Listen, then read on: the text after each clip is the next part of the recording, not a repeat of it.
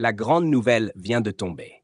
Le Canada a décidé de mettre un terme à une politique qui a changé la vie de milliers de visiteurs. Vous pensiez pouvoir décrocher un emploi de rêve en passant simplement de touriste à travailleur sur place? Eh bien, préparez-vous à être surpris, car cette opportunité vient de disparaître sous vos yeux. Pourquoi une telle décision? Quelles en sont les conséquences pour vous qui rêvez d'une vie au Canada? Dans cette vidéo, nous allons plonger dans les détails de ce changement soudain qui pourrait bouleverser tous vos plans. Croyez-moi, vous ne voudrez pas manquer ça. Avant de continuer, pensez à vous abonner à la chaîne pour ne rien rater de nos prochaines vidéos et rester informé des dernières actualités. Activez la cloche pour recevoir toutes nos notifications et ne ratez jamais une occasion de réaliser vos rêves. Alors, la question du jour. Pensez-vous que la fin de cette politique va réellement diminuer le nombre de travailleurs temporaires au Canada? Vrai ou faux? Laissez vos réponses en commentaire et je vous donnerai la bonne réponse à la fin de cette vidéo. Imaginez-vous atterrir dans un pays qui vous promet monts et merveilles, où les opportunités sont aussi vastes que les forêts canadiennes. Vous avez enfin pris votre décision. Vous allez saisir votre chance et trouver un emploi au Canada, tout en profitant de vos quelques mois de tourisme. Mais, alors que vous vous préparez à passer à l'action, le gouvernement canadien décide de tirer le frein d'urgence.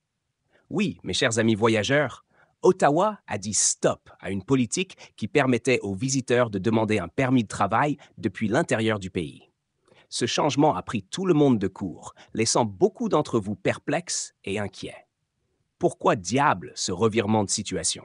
En août 2020, au cœur de la pandémie, le Canada a fait preuve de souplesse en ouvrant une porte aux visiteurs coincés sur son territoire.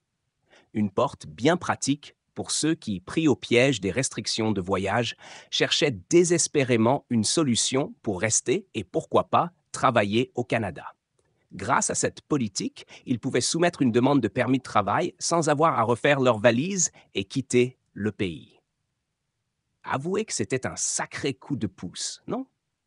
Et pour ceux qui avaient déjà tenu un permis de travail dans l'année écoulée, c'était presque une aubaine.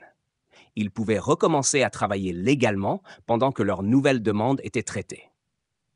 Tout semblait rouler comme sur des roulettes, jusqu'à ce fameux 28 août 2024, où Immigration, Réfugiés et Citoyenneté Canada, IRCC, a décidé de refermer cette porte aussi soudainement qu'elle l'avait ouverte. Alors, pourquoi ce retournement de situation? Officiellement, IRCC affirme vouloir réajuster le nombre de résidents temporaires au Canada et préserver l'intégrité du système d'immigration. En gros, il s'agit de ne pas se retrouver avec plus de résidents temporaires que de chutes du Niagara. Et puis, entre nous, il y avait aussi une poignée d'acteurs malveillants qui en profitaient pour faire des coups en douce. Ces petits malins trompaient les étrangers en les faisant travailler sans autorisation, ni vus ni connus. Mais Ottawa a fini par flairer l'arnaque. Maintenant, pour ceux d'entre vous qui sont en train de paniquer parce qu'ils ont soumis leur demande avant le 28 août 2024, pas de panique. IRCC a promis de traiter toutes les demandes soumises avant cette date fatidique. Donc, si vous êtes déjà dans le pipeline, gardez votre calme et attendez de voir comment ça se passe.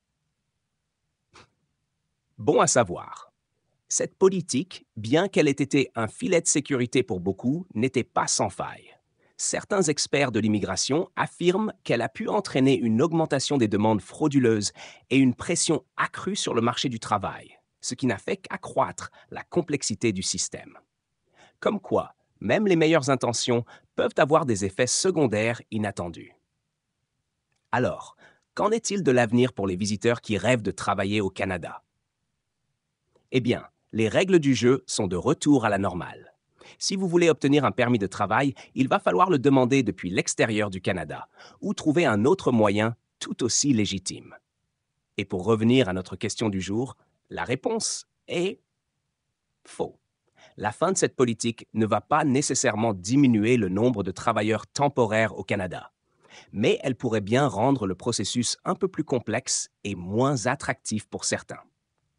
Restez connectés, mes chers voyageurs, car dans le monde de l'immigration, les choses peuvent changer aussi vite que le climat canadien.